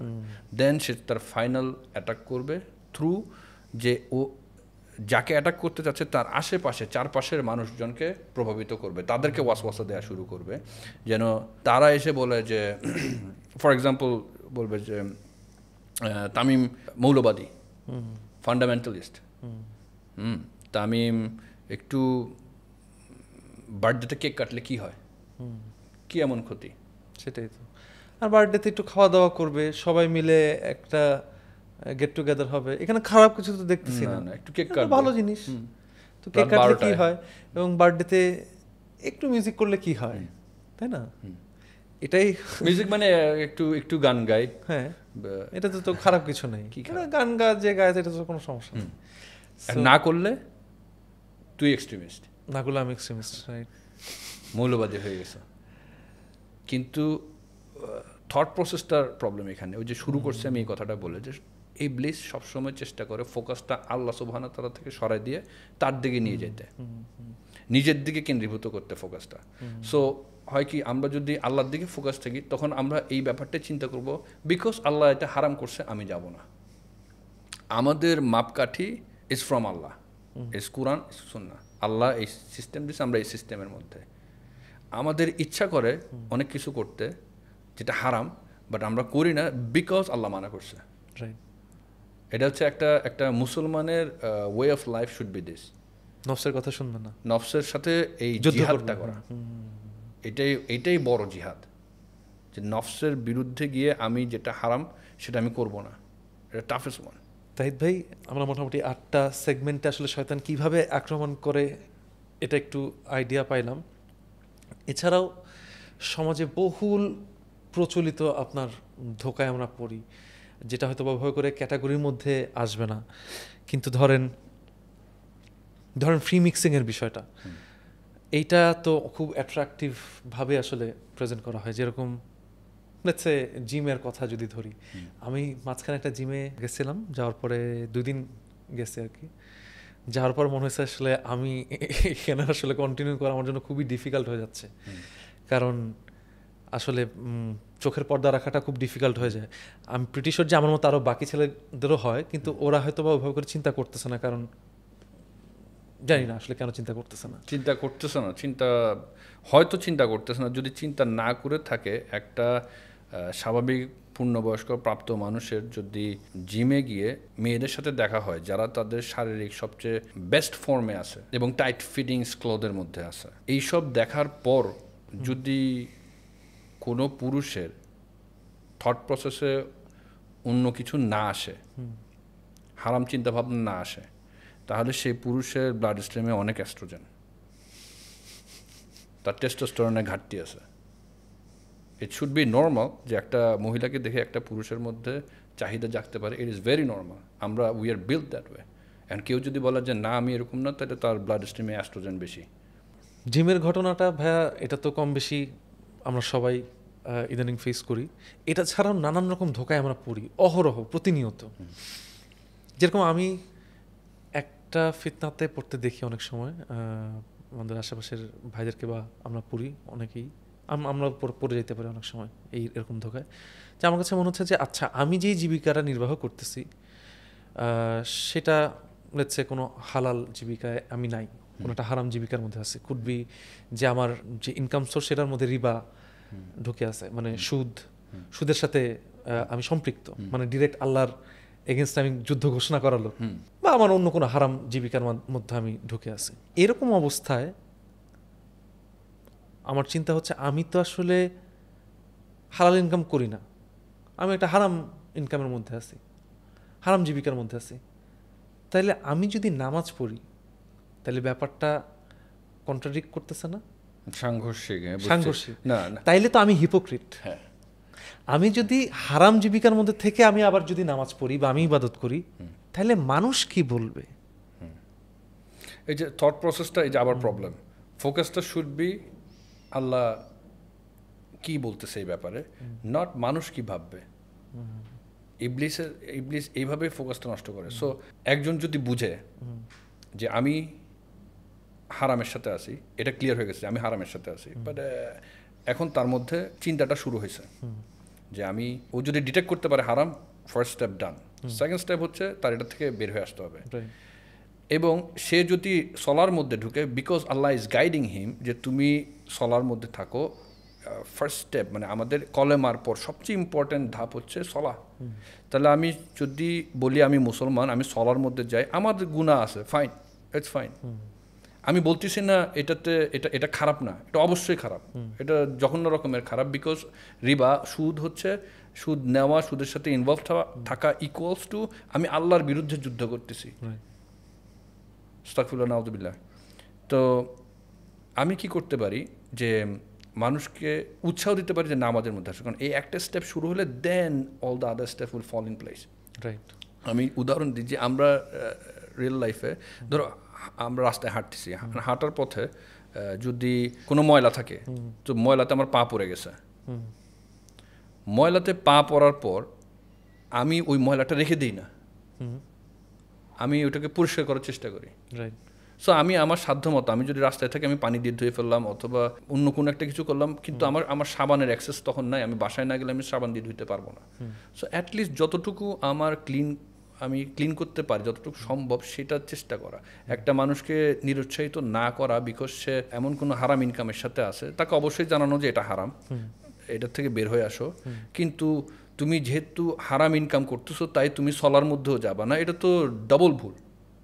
রাইট। রাদার যে যদি কারো মন সলার দিকে আসে, তখন সে ইট মিনস সে একসেপ্ট করা শুরু করছে এবং সত্যটাকে গ্রহণ করবে এবং অশ্লীলতা এবং খারাপ কাজ থেকে সে বের হয়ে আসবে। This should be the approach. But আমরা শয়তানের ধোঁকায় পড়ে আমরা যেটা চিন্তা করি যে আমি তো হারাম কাজের মধ্যে, আমি যদি সালাত পড়ি মানুষ কি বলবে, মানুষ বলবে আমি হিপোক্রিট। হ্যাঁ, মানুষ আমাকে এইটা hypocrite চিন্তা করে ভাবে। এই ধোকায় পড়ে আমি আর সলাতে যাচ্ছি না। এইটা হচ্ছে সমস্যা। আল্লাহ আমাদেরকে এখান থেকে বের হয়ে আসার তৌফিক দান বুঝার করুক। তৌফিক দিন। আরেকটা বিষয় আছে যেটা কম বেশি সবাই আমরা এই ধোকায় পড়ি, সেটা হচ্ছে এখন কেন, আমি তো এখনো ইয়াং, আর একটু পরে করব, আমি একটু বয়স হোক একটু, তারপরে আমি প্র্যাকটিস করা স্টার্ট করব। সেই পরবর্তী আসবে যে তা তো আমরা জানি না, এই গায়েব আল্লাহ ছাড়া কেউ জানে না। আজরাইল আলাইহিস সালাম যে মালাকুল মউত, যার দায়িত্ব রূহ কবজ করা, তিনিও জানে না কখন আমাদের মৃত্যু হবে। সো আমি কিভাবে সেই চান্সটা নিব যে 10 বছর পরে 10 বছর পরে আমি ঠিক হব অথবা কালকে ঠিক হব, আমি এই জিনিসটা এই কাজটা শেষ করে নেই, এই কাজটা শেষ করে তারপর থেকে আমি করবো না, এক বছর আমি এটা করবো। কোনো কিছু ডিলে করানো এইটাই হচ্ছে তালবিস ইবলিস, এটাই তালবিস ইবলিস। আরও একটা আমার মনে পড়ছে যে আমি আমার অনেক পরিচিত মানুষজনের মধ্যে দেখছি যারা এই দেশে ছিল এবং তারা বাংলাদেশে থাকা অবস্থায় তারা প্রচণ্ড রকমের ধর্মকর্মের সাথে ইনভলভ ছিল। আমি তাদের থেকে অনেক কিছু শিখছি দিন সম্পর্কে, এবং তারা যখন দেশের বাইরে গেছে এটার একটা এফেক্ট তাদের উপর পড়ছে। যে পুরুষের ক্ষেত্রে আমি দেখছি শর্টস পরা শুরু করছে হাঁটুর উপরে, মানে সতরের উপরে কাপড় পরা শুরু করছে, এবং মহিলাদের ক্ষেত্রে দেখছি যারা নিকাব পরতো তার নিকাব খুলে ফেলছে। যার চেহারা আমি কখনো দেখি নাই জীবনে, তার চেহারা আমি ফেসবুকে দেখছি। তো এটা অ্যাব্রোডে গেলে, বিদেশে গেলে এনভায়রনমেন্টের একটা এফেক্ট আছে, হারামের একটা এফেক্ট আছে। তো এটা আরেকটা তালবিস ইবলিস। সে বুঝাবে যে ইটস ফাইন, এই সোসাইটিতে চলতে হলে তোমার এভাবে চলতে হবে। দিন পালন করা দেশের বাইরে অনেক টাফ। আমি দীর্ঘদিন দেশের বাইরে ছিলাম, তো আমি ফার্স্ট হ্যান্ড এটা এক্সপিরিয়েন্স করছি। দিন পালন করা খুবই টাফ। দিন পালন করা এতই টাফ যে অন্যান্য সব কিছু এতই ইজি। অমুসলিমদের অনেক কিছু আমাদের মধ্যে ঢুকে গেছে, যেরকম আমরা ক্রিসমাস পালন করতেছি, শিরক। ক্রিসমাস অ্যাজ ইন ঈসা আলাইহিস সালাম, জিজাসের জন্ম বলতেছে, এটা কোনো দলিল নেই, এটা একটা মার্কেটিং স্ট্র্যাটেজি, বরাবর। ওটা অন্য সাবজেক্ট। ক্রিসমাস পালন করা, নববর্ষ পালন করা বাংলাদেশে, এটা আমাদের কালচারের অংশ না, দিনেরও অংশ না। এটা এসে ঢুকে গেছে আমাদের মধ্যে গত 31st নাইট, হ্যাঁ, new year 31st night, new year's eve. রাসূলুল্লাহ সাল্লাল্লাহু আলাইহি ওয়াসাল্লাম বলছে এই ব্যাপারে যে আর রাজুলু মা মান আহাব্বা, তুমি যাদের ইমিটেট করো, যাদের ভালোবাসো, তুমি তাদের অন্তর্ভুক্ত। এখন তুমি যদি কাফিরদের অনুকরণ করো, Christmas new year dress up করা, হ্যালোউইনে ড্রেস আপ করা, নববর্ষ, not part of Islam, not April fool, মানে ইট ডাজন্ট হ্যাভ, মানে কালচার হলে আলাদা ব্যাপার, culture is very different. But তুমি যদি, এটা তোমার কালচারের অংশও না, নববর্ষ দিনেরও অংশ না। এপ্রিল ফুল আমার কালচারের অংশ না, আমার দিনেরও অংশ না। হ্যালোউইনও আমাদের কোনো কালচারের কোনো অংশ না, দিনেরও অংশ। এক্স্যাক্টলি। তো তুমি যখন এর মধ্যে নিজেকে ঢোকাবা, বিকজ তুমি কাফিরদের ক্লিয়ার অনুকরণ করতেছো, ইমিটেট করতেছো, অনুসরণ করতেছো, দেন তুমি তাদের অন্তর্ভুক্ত। তুমি যাকে ভালোবাসো তাকেই তুমি ইমিটেট করো, যাকে তুমি ভালোবাসো না তাকে তুমি ইমিটেট করো না। তাই ভাই অনেকগুলা তালবিস ইবলিসের এক্সাম্পল নিয়ে আলোচনা হয়েছে। আকীদার ক্ষেত্রে বা বিশ্বাসের ক্ষেত্রে আমরা কিভাবে ইবলিসের ধোকায় পড়ি এটা একটু ওনার কাছে জানতে চাবো। ধরেন এমন অনেক প্রবলেমেটিক বিশ্বাস আছে, অনেক আমল আছে যেগুলো বলার কারণে আমাদের ইমানই নষ্ট হয়ে যাচ্ছে। আকীদার ক্ষেত্রে আসলে কি ধরনের ফাঁদের মুখে আমরা পড়ি ইবলিসের? আকীদা মানে তালবিস ইবলিস এমন একটা জিনিস যে ওর ধোকাটা এটা আমাদের সব কিছুর মধ্যে ঢুকে গেছে, সব কিছুর মধ্যে। ডারউইনিজম, এখন ডারউইনিজম হচ্ছে একটা থিওরি যেটা 150 বছর প্লাস আগে রিলিজড হয়েছে, but it has not been proved.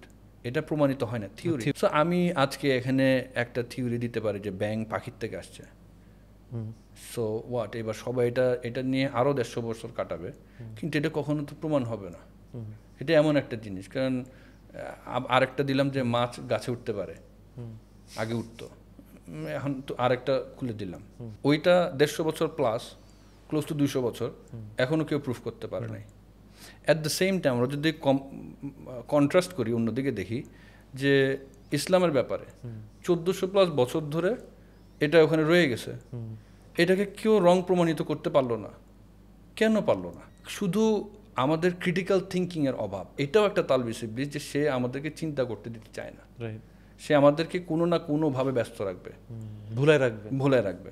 আমি এই যে 8টা অ্যাটাকের সিস্টেম বললাম, কোনো না কোনো জায়গায় কেউ না কেউ আমরা আটকানো আছে। আমি নিজেও কোনো না কোনোভাবে আমরা এর ফাঁদে পড়ি, বাট আমরা কন্টিনিউয়াস চেষ্টা করি যে আমরা বের হয়ে আসবো, আল্লাহর কাছে তওবা করব, দিনের সাথে যত বেশি অ্যাটাচ থাকতে পারবো তত আমরা শয়তানের ওয়াসওয়াসার থেকে দূরে থাকতে পারবো। তো এটা হচ্ছে যারা সায়েন্সে বিশ্বাস করে, ডারউইনিজম, মানে সায়েন্সে বিশ্বাস করে, ডারউইনিজমের থিওরিতে বিশ্বাস করে, মেক্স নো সেন্স, আটার গার্বেজ। তারপর কিছু দার্শনিকের কথাবার্তা আছে, ইটস জাস্ট যারা আসলে পারে না কিছু করতে, সেখান থেকেই দেখা যায় যে কবির উদ্ভব হয়। কবি কবিতা আসতেছে because he can not do it. আকাশ থেকে চাঁদ এনে দিব because actually he can not do it. তো এখন এগুলো বলে কার জন্য? নারীদের জন্য। দে আর সফট হার্টেড, তারা যুক্তির মধ্যে থাকবে না, ইমোশনের মধ্যে থাকবে। প্রচুর গানের মধ্যে মানে আগে হয়তো বা বুঝতাম না, যারা গান করতেছে, সিজদা তোমার জন্য, সিজদা খোদা, মানে তোমাকে, মানে স্পেশালি হিন্দি গানের ক্ষেত্রে তো অহরহ ইভেন বাংলা গানের ক্ষেত্রে। হ্যাঁ, মনে করছে, আমি বলতেছি না, বাট অনেকগুলো গানে এমন কথা আছে যে তোমার মধ্যে আমি রব খুঁজে পাই। তো শিরকি কথাবার্তা। পয়েন্ট হচ্ছে, তুমি যদি বলো আমি সায়েন্স মানি, আমি যুক্তি মানি, তাহলে তোমাকে ফ্যাক্টের উপর আসতে হবে। দেখা যাচ্ছে যে বলবে আমি মানি, কিন্তু থিওরির উপর বেস করে সব কিছু আগাচ্ছে। এবং যারা বলে আমি মানি, তাদের ডেফিনেটলি স্টাডি নেই। তুমি যতই স্টাডি করবে তুমি এখানেই আসবে, ফ্যাক্টের দিকে আসবে, এখানে আসবে। আমি কিছু, মানে কেউ যদি প্রশ্ন করতে চায়, কঠিন প্রশ্ন, ইট শুড বি জান্নাত কি আমরা দেখছি? আমরা মুসলমানরা বলি আমরা মুসলমান, আমরা জান্নাতের উপর বিশ্বাস আনছি, জাহান্নামের উপর বিশ্বাস আনছি।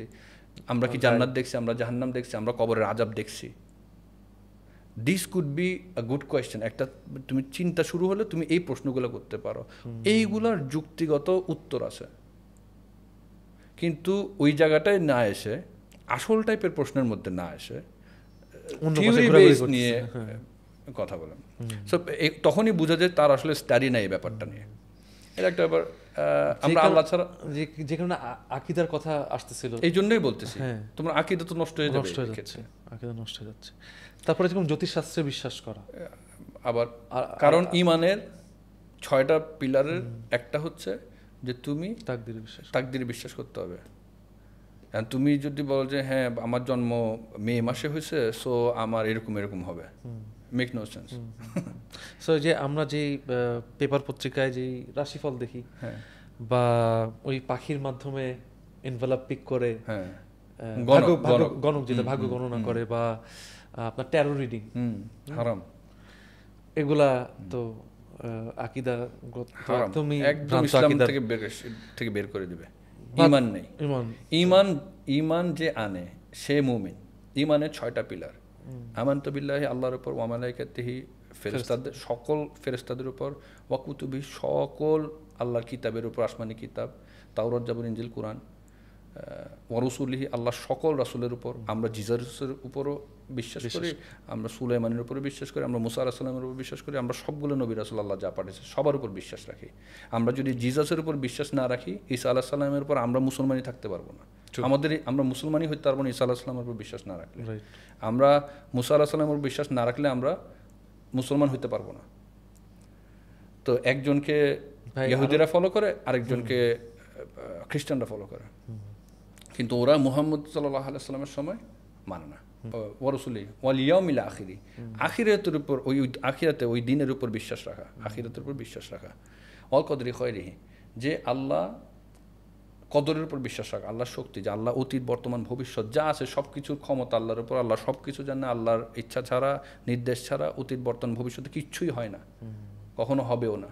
ওয়াশাররি মিনাল্লাহি তাআলা বাসে বাদুল মাউত, মানে এবং মৃত্যুর পর যে পুনরুত্থান হবে, মানে ফলস আন্ডার আখিরা, এটা হচ্ছে মৃত্যুর পর পুনরুত্থান হবে, পুনর্জীবন না। যে মনে করা যে আমি এই জীবনে, হিন্দুরা বিশ্বাস করে এই জীবনে আমি ভালো করলে আমি পরবর্তী আবার জীবনে এই পৃথিবীতে আসব এবং ভালো করলে ভালো হয়ে আসব, খারাপ করলে আমি অন্য একটা অ্যানিমাল হয়ে আসব, আমি খুব খারাপ কাজ করছি আমি ব্যাং হয়ে আসব। এই পুনর্জীবনের কোনো বেস নেই।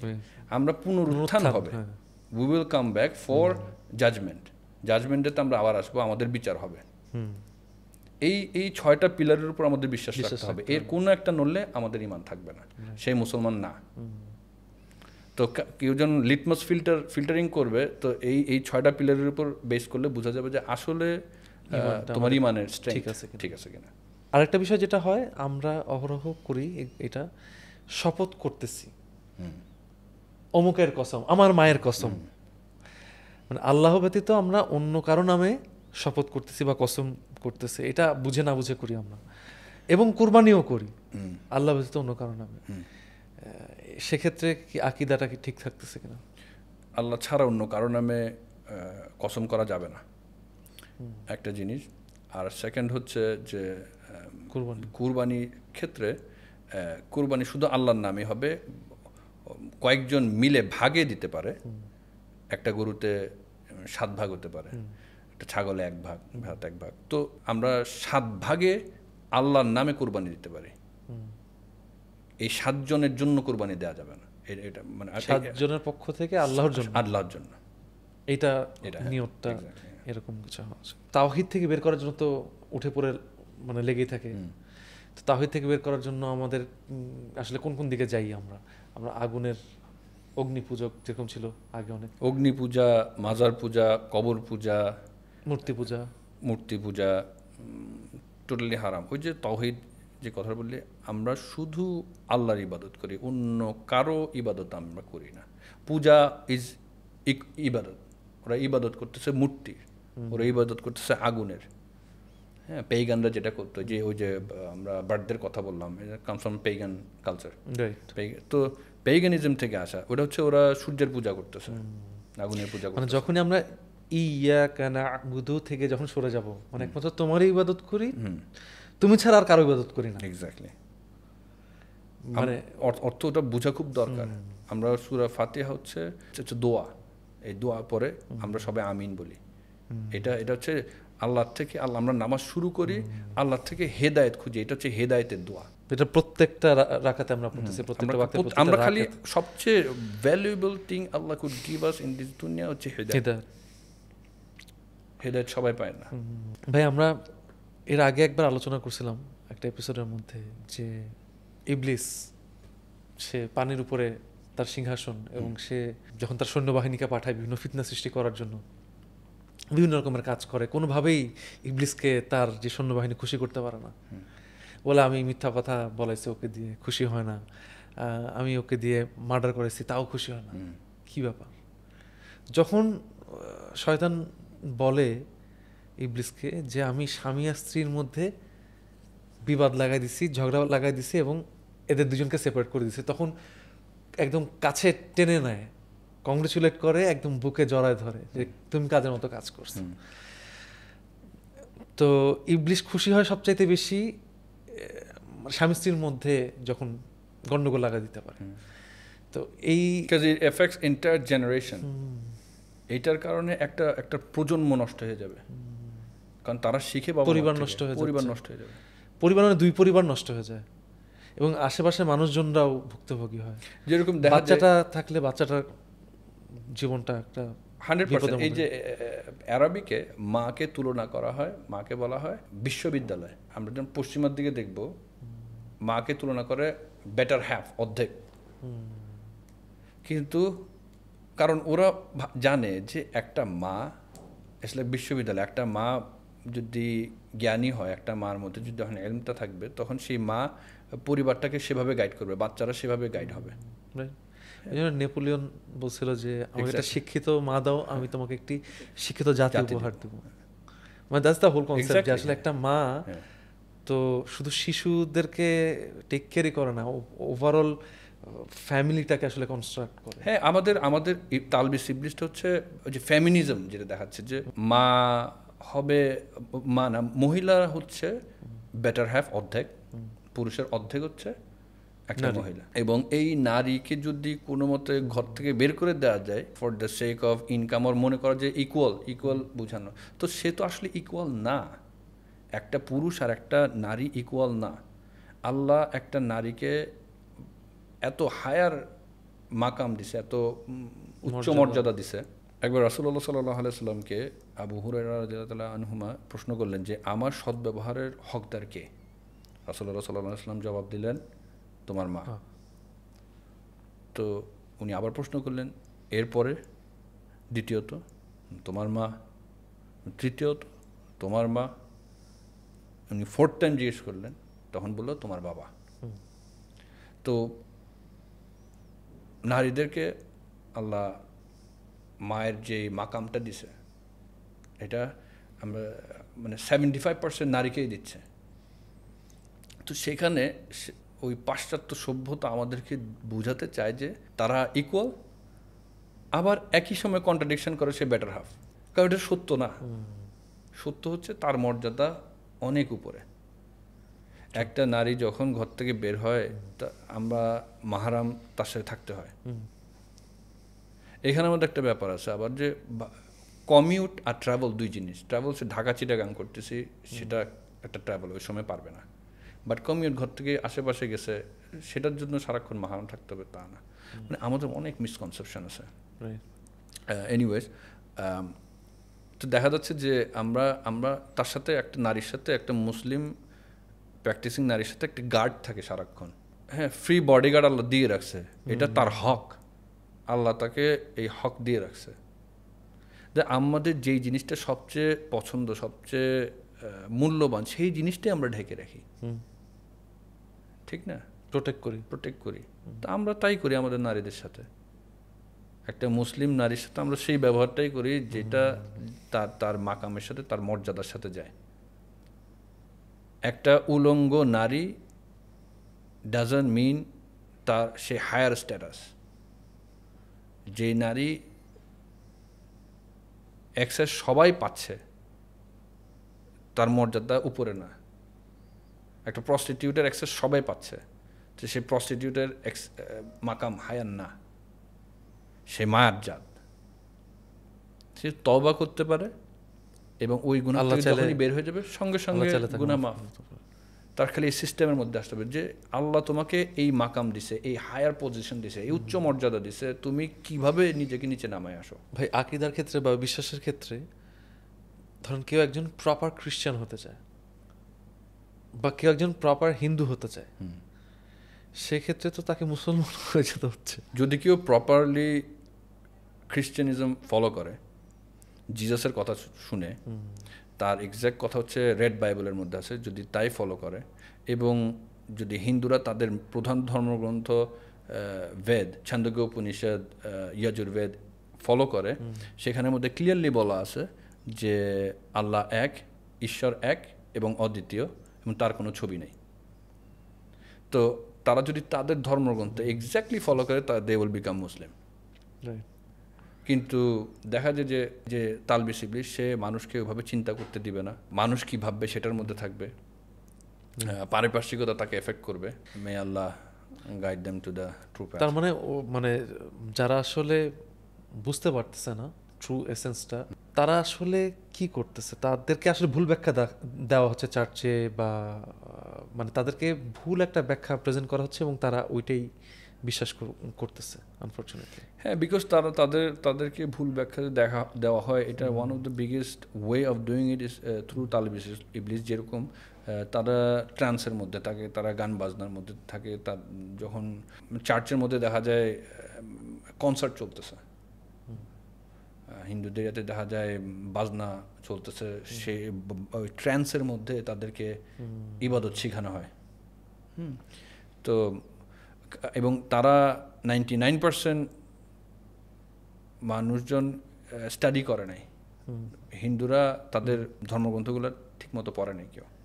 তারা ওই যে তাদের কোন এক পুরোহিত, কোন এক তাদের ইমাম যে তাদেরকে ফলো করে। খ্রিস্টানরা তাদের ফাদারদেরকে ফলো করে, ইহুদিরা, জুরা তাদের রাবাইদেরকে ফলো করে, এবং তারা যা বলে তাই। তা কখনো স্টাডি করে না। কোরআন এমন একটা জিনিস যে আমাদের এটা মুখস্থ, ওদের নিজস্ব ওদের ধর্মের বই ওদের মুখস্থই নেই। কোরআন যেরকম একটা মুসলিমকে জিজ্ঞেস করলে তো সূরা ফাতিহা বলে দিতে পারে। হ্যাঁ, পারবে না তারা। হিন্দুরা অন্য ধর্মের কেউ এটা পারে না। আপনি পশ্চিমা বিশ্বের কথা বলতেছিলেন, আইডিওলজিক্যাল জায়গা থেকে আমরা ফলো করি বা ট্রেন্ড যেটা সেটাকে ফলো করার একটা চেষ্টা থাকে। একটু কঠিন প্রশ্নের দিকে যাই। পশ্চিমা যে মিডিয়া, ওরা একভাবে ইসলামকে রিপ্রেজেন্ট করে বা ইসলামকে একভাবে কালার করে ওইভাবে করে সবাইকে ছেড়ে দেখাচ্ছে, আর মিডিয়া আসলে সেটাই দেখায় যেটা ওরা দেখাতে চায়। ওরা কেন ইসলামকে সহ্য করতে পারে না? এই প্রশ্নের উত্তর লুকায় আছে যে তাদের ফাইন্যান্সের দিকে তাকালে আমরা এটার উত্তর পাবো।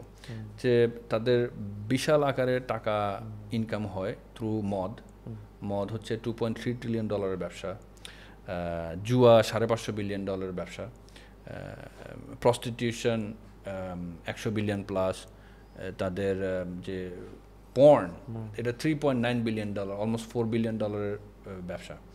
তো এছাড়া যদি দেখি সুদ ভিত্তিক ব্যাংকিং ব্যবস্থা অন্যান্য সব কিছু মিলায় যদি দেখি যে মিডিয়া ম্যানিপুলেশন, তারপর লাইফ ইন্স্যুরেন্স, এই $1 ট্রিলিয়ন ব্যবসা ইসলাম টোটালি নালিফাই করে দেয়। এটা ইসলামে হারাম।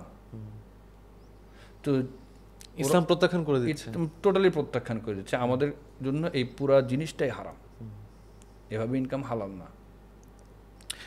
আমরা আরও অনেক ডিপে যেতে পারি। আমি জাস্ট একটা ওভারভিউ, একটা আইডিয়া দিলাম যে যখন ইসলাম তাদের একটা বিশাল মার্কেটকে টোটালি হারাম নালিফাই করে দিচ্ছে, তো সে কোনো সময় আমার সাপোর্টে থাকবে না। আমি একজনের 1000 টাকা কামানো যদি বন্ধ করে দিই, সে আমাকে কখনো ভালোবাসবে না। মানে সবাই যদি মুসলিম হয়ে যায় তাহলে ওদের ব্যবসা তো নাই হয়ে যাবে, এক্সিস্টই করবে না। So they will be in trouble, big trouble. কিন্তু আমি যদি দেখি এই দুনিয়াতে এখন পর্যন্ত সবচেয়ে বেশি রক্তপাত কে করছে, মার্ডার কে করছে? হিটলার না, এই খ্রিস্টানরা। আমেরিকা করছে, ফ্রান্স করছে, জার্মানি করছে, ইউকে করছে। কিন্তু যে শুধু শুধু ইসলামের নামে ট্যাগ দিয়ে টেররিস্ট। ইসলাম হলে ইসলামিস্ট, আবার এটা আবার নতুন, এটা একটা নতুন ওয়ার্ড, ইসলামিস্ট। মৌলবাদী ছিল, এরকম কয়েকদিন পর পর ওয়ার্ডের খেলা হয়। তারপরে ডক্টর সরওয়ার ভাই, ওনার নাম নিতেই হবে, উনি এই প্রত্যেকটা ওয়ার্ডের ব্যাপারে বিশাল বিশাল বই লিখছে, উইচ ওয়াজ ভেরি এফেক্টিভ। আমি আরেকটা জিনিস বলতে ভুলে গেছি যে LGBTQ, এটা আর একটা বিশাল তালবিস ইবলিস। যে আমাকে ছেলে হিসাবে অ্যাকসেপ্ট করে নিতে হবে, অলদো বায়োলজিক্যালি সে মেয়ে। আবার বায়োলজিক্যালি ছেলে বলবে আমি মেয়ে, আমাকে মেয়ে হিসেবে অ্যাকসেপ্ট করে নিতে হবে। আমি হিজড়াদের কথা বলতেছি না, যারা অপারেশন করতেছে অথবা অপারেশন না করেও নিজেকে ভাবতেছে এমন, যার চলাফেরা এরকম। আবার এরাই কিন্তু সায়েন্সে বিশ্বাস করে। ইসলাম মানবে না, কারণ ইসলাম এগুলো অ্যালাউ করে না। যদি সায়েন্সেও বিশ্বাস করি, তখন আমি বুঝবো যুক্তি খুবই সিম্পল, যে ক্রোমোজোম হিসাব করব, তুমি কি XX তাহলে তুমি মেয়ে, তুমি যদি XY তাহলে তুমি ছেলে। হিসাব খুবই সোজা। যার ক্রোমোজোম XY আছে তাকে আমি ছেলেই বলবো, যার XX আছে তাকে আমি মেয়ে বলবো। এটা তারা মানবে না। তার ক্রোমোজোম, তার শারীরিকগতভাবে সে ছেলে, তার XY ক্রোমোজোম, কিন্তু তুমি যদি সে বলে সে মেয়ে এবং তাকে যদি মেয়ে হিসেবে তুমি অ্যাকসেপ্ট করে না নাও, তাহলে তুমি অন্যায় করতেছো, তুমি হিউম্যান রাইটস ভায়োলেশন হইতেছে। এক্স্যাক্টলি। তো সরোয়ার ভাইয়ের কথা বলেন, ওনার সমতার আড়ালে সমকামিতা বইটা, মানে ওনার জন্য বড় খেদমতের কাজ করতেছেন ভাইয়া। তাই না, আমাদের আলোচনা আসলে আমরা যেভাবে ভাবছিলাম যে আসলে ছোট রাখবো, সেটা সম্ভব হয় নাই। আসলে মানে সাবজেক্টটি এত ভ্যাস্ট, এটা নিয়ে আসলে আলোচনা করতে থাকলে অনেক লম্বা আলোচনা হয়ে যাবে। আমরা একটু কাট ডাউন করে জানতে চাই যে শয়তান থেকে রক্ষা পাওয়ার জন্য আল্লাহ আমাদেরকে হাতিয়ার দিয়ে দিয়েছেন, আল্লাহ আমাদেরকে জানাই দিচ্ছেন যে আসলে আমরা কিভাবে শয়তানের যে কুমন্ত্রণা সেখান থেকে আসলে বেঁচে থাকতে পারি। এই দিকে আমরা একটু আলোকপাত করি যে আসলে আমরা কীভাবে স্টেটফাস্ট থাকবো, আমরা কীভাবে সিরাতাল মুস্তাকিমের উপরে থাকবো, আমরা কীভাবে দিনের উপরে ইস্তেকামত থাকতে পারবো। First and most important thing হচ্ছে তাকওয়া। এটা সব সমস্যার সমাধান। সব কিছু এই দুনিয়ায় যা আছে, আখিরাতে যা আছে, সব কিছুর সমাধান ফার্স্ট অফ অল তাকওয়া, আল্লাহর উপর ওই কনসিয়াসনেসটা, যে গড কনসিয়াসনেস, আল্লাহর কনসিয়াসনেস, যে আল্লাহ হোয়াট এভার হ্যাপেন্স, আমি যাই করি, আমি একটা রুমের মধ্যে একটা খারাপ কাজ করতেছি, এটা আল্লাহ দেখতেছে, আল্লাহ জানে, অন্য কেউ জানে না, হ্যাঁ, কিন্তু আল্লাহ ঠিকই জানে। এই ব্যাপারটার মধ্যে আসে আমাদের তাকওয়া। এই ব্যাপারটা যখন আসবে তখনই আমাদের আল্লাহর প্রতি সেই ভয়টা আসবে কোনো একটা খারাপ কিছু করার দিক থেকে। এবং এই তাকওয়া আনার জন্য আমাদের বেস্ট ওয়ে হচ্ছে আমার মতে আল্লাহর যে গুণবাচক নামগুলো আছে সেগুলো সম্পর্কে আরও জানা। যতক্ষণ আমি আল্লাহর ক্ষমতা, আল্লাহর গুণবাচক নামগুলো থেকে আমি আল্লাহর ক্ষমতাগুলো বুঝবো, আমি যতক্ষণ সেটা বুঝবো না আমি আল্লাহকে বুঝবো না। আমি যতক্ষণ আল্লাহকে বুঝবো না ততক্ষণ আমার মধ্যে আল্লাহর সেই ভীতি আসবে না, অথবা সেই কনসিয়াসনেসটা আসবে না। সো এটা ওয়ান অফ দ্য ওয়ে তাকওয়ার দিকে যাওয়া। এরপর দেখা যায় অ্যাজ এ মুসলিম কোরআন এবং সুন্নাহর উপর অবিচল থাকা, শক্তভাবে আঁকড়ে ধরে রাখা। তো সেইটার দিকে যদি আমি একদম শক্তভাবে কোরআন সুন্নাহকে আঁকড়ে ধরে রাখতে পারি তাহলে আমি তাকওয়া অর্জন করতে পারবো এবং আমি তালবিস ইবলিস থেকে রেহাই পাবো। এবং অনেক অনেক দোয়া করা, জিকির করা, কনস্ট্যান্ট জিকির হচ্ছে রিমেম্বারেন্স অফ আল্লাহ। সারাক্ষণ আল্লাহকে আমি তাহসবি, মানে আমি কোনো কাজে যাচ্ছি, আমি গাড়ির মধ্যে বসা, সো রাদার ফোন ঘাটাঘাটি না করে, আমি ফোন ঘাটাঘাটি করা খারাপ বলতেছি না, ইটস জাস্ট জীবনের আমাদের অহেতুক সময় পার না করার, প্রত্যেক স্টেপে কতটুকু আমি ইনকর্পোরেট করতে পারি। তো মানে জিকির করা, যখন আমি আসলে আল্লাহকে বোঝা শুরু করব, জানা শুরু করব যে হু ইজ আল্লাহ, তখন আমি নিজের থেকেই অ্যাড করা শুরু করবো। বিকজ আমরা আমাদের লাভটা বুঝি, আমরা বুঝি না যে ওইটার মধ্যে আসলে আমার লাভ। এখন আমরা বুঝি না ওইটা বিকজ আমি জানি না ওইটা সম্পর্কে ক্লিয়ার আমার আইডিয়া নেই। এখন অনেক ব্যবসা আছে, একজনের কাছে এটা সে বুঝে যে এটাতে লাভ কেমন, আরেকজন সেটা বুঝে না। যে বুঝে সে ওই ব্যবসায় করতে যায়, একই ব্যবসা করে আরেকজন লস খায়, বিকজ সে আসলে ক্লিয়ারলি জানে না। তো তোমার যেই ব্যাপারটাই আমার যে আরেকজন যদি লাভ করে, দ্যাট মিনস এখানে লাভ করার মতো অপরচুনিটিটা আছে। So all I have to do learn about this, যত ভালোভাবে আমি জানতে পারি। ইলমটা একটা ভালো স্কলার থেকে নেওয়া, বক্তার থেকে না। এছাড়াও ভাই আমরা হারাম কাজ থেকে দূরে থাকা could be one of the main আমল উই ক্যান ডু। কারণ আসলে যখন আমরা হারাম কাজ থেকে দূরে, কারণ ওই পরিবেশের মধ্যে থাকলে আসলে আমরা হারামের মধ্যেই বারবার ওই শয়তানের ফাঁদেই বারবার পা দিব। সো এটা খুব ইম্পর্টেন্ট, হারাম কাজ থেকে বিরত থাকা এবং দূরে থাকা। এবং এটা করতে হলে যেটা করতে হবে আলটিমেটলি একটা সঠিক একটা সার্কেল তৈরি করা, একটা দিনই সার্কেল হতে পারে, রাইট অ্যাসোসিয়েশন দরকার। আসলে কোন মানুষটা আসলে আমাকে আল্লাহর স্মরণ করায় দিচ্ছেন তার সাথে বেশি বেশি থাকা, রাদার দেন যে মানুষটা আমাকে অহেতুক গল্প করে, বা দেখা যাচ্ছে যে গসিপিং, যেটা একদম রেগুলার একটা প্র্যাকটিসে পরিণত হয়েছে আমাদের। গসিপ করলে তো অনেক সময় সাথে বসে বসে গল্প করাই যায়, কথা বলা যায়, আড্ডা দেওয়াই যায়, কিন্তু দেখা যাচ্ছে যে সেখান থেকে আসলে আমার নেয়ার কিছু নেই। সো ওই জায়গাটাতে আসলে সেলফিশ হওয়া, নিজের জন্য, নিজের ভালোর জন্য এবং পরবর্তী লাইফের কথা চিন্তা করে। আরেকটা বিষয় হচ্ছে যে আল্লাহর উপর ভরসা রাখা। আমরা অনেকে নিরাশ হয়ে যাই, যেটা আল্লাহ তাআলা মানা করছেন আমাদেরকে, যে তোমরা আমার উপর নিরাশ হয়ে যাও। আল্লাহর উপর ভরসা রাখা, তাওয়াক্কুল রাখা, রেখে হারাম কাজ থেকে দূরে থেকে একটা রাইট অ্যাসোসিয়েশনের মধ্যে থাকা, এটা খুবই ইম্পর্টেন্ট। আসলে এমন একটা যুগে আমরা, এমন একটা ফিতনার যুগে আমরা আছি ভাইয়া, এমন একটা ট্রায়ালের মধ্যে আছি, দেখা গেছে যে আমরা যদি ভালো থাকতেও চাই, ইবলিস তো আর বসে থাকে না, ওর মিশনে মনে করেন লেগেই থাকে। রিসেন্টলি দেখা গেছে ভাইয়া, আমি জানি আপনি খেয়াল করছেন কিনা, যে আমাকে নিয়ে অনেকে ভিডিও বানাচ্ছে যে মারহাবা তামিম ভাই হিদায়াতের পথে আছেন, এই টাইপের ভিডিও বানাচ্ছে, কিন্তু ভিডিওর ভিতরে কন্টেন্ট কিন্তু আমার পরিবারের মানুষজনকে তারা রিভিল করে দিচ্ছেন। একটা সময় যখন তারা পর্দার বাইরে ছিলেন তখন দেখা যেত যে সোশ্যাল মিডিয়াতে ছবি ছিল, সেই ছবিগুলোকেই আবার ঘোরায় ফেরায় তারা নিয়ে আসতেছেন এবং পর্দা থেকে বের করে দিচ্ছেন। কিন্তু এই জিনিসটা তারা বুঝতেছেন না যে এখন একটা সার্টেন পর্দার মধ্যে আমার ফ্যামিলি থাকার চেষ্টা করতেছে, আলহামদুলিল্লাহ। এখন ওনারা যদি এই কাজটা করে যে আসলে ইবলিসের ধোঁকার মধ্যেই পড়তেছেন এবং এটা প্রচার করে যে তারাও গুনার ভাগীদার হচ্ছেন, এই বিষয়টা আসলে আমাদের মাথায় ঢোকে না। দেখা গেছে সে করতেছে আমার প্রশংসা, কিন্তু উল্টা ভালোর বদলে ক্ষতি হয়ে যাচ্ছে। ইবলিসের আহ্বানে তার ফাঁদে পা দিয়ে দেওয়া হচ্ছে। তো এই আর কি আসলে এটা আসলে, এবং আল্লাহ সুবহানাহু ওয়া তাআলা কোরআনুল কারীমে আবার ক্লিয়ারলি বলে দিয়েছে, যদি কোনো একটা ইনফরমেশন তুমি চেক না করে এটা আরেকজনকে বলবা না। একটা ইনফরমেশন শোনার পরে সেটা আরেকজনকে যেন নিজে চেক না করে বলা না হয়। তো এই ক্ষেত্রে যখন দেখা যায় অনেকগুলো, আমি অনেক খেয়াল করছি যে অনেক কথাবার্তা অনেক মিথ্যা, অনেক বানোয়াট কথাবার্তা মিডিয়াতে যায়, স্পেশালি তোর নামে। যখন আমি ক্লিয়ারলি ফ্যামিলির মধ্যে দেখি যে কী অবস্থা হচ্ছে, তো এটা মানুষের একটু সতর্কতা। এটা আসলে তালবিসি, আমাদের এত এত এত দিনের প্র্যাকটিস এসব গসিপিং করা, হ্যাঁ, ভুল ইনফরমেশন ছড়ানো, একটা কথা শুনলে হুজুগে এটা আরেকজনকে বলা। তো ইসলামের প্র্যাকটিসটা তো আসলে আমাদের এখানে অত পরিষ্কার না সবার মধ্যে। তো এই কারণে এই প্রবলেমটা হয়। আল্লাহ গিভ আস হিদায়াত, আল্লাহ আমাদেরকে হেদায়েত দিক, আমরা বোঝার চেষ্টা করি। আমি আমি আমি এতটুকু বুঝি যে মানুষ ভালোবাসার থেকে এগুলো করে তোর ব্যাপারটাতে, কিন্তু করতে গিয়ে না জানতেই তারা গুনার ভাগীদার হয়ে যাচ্ছে। তো এই এপিসোড দেখার পর ইনশাল্লাহ মানুষজন একটু কেয়ারফুলি ব্যাপারটা দেখবেন।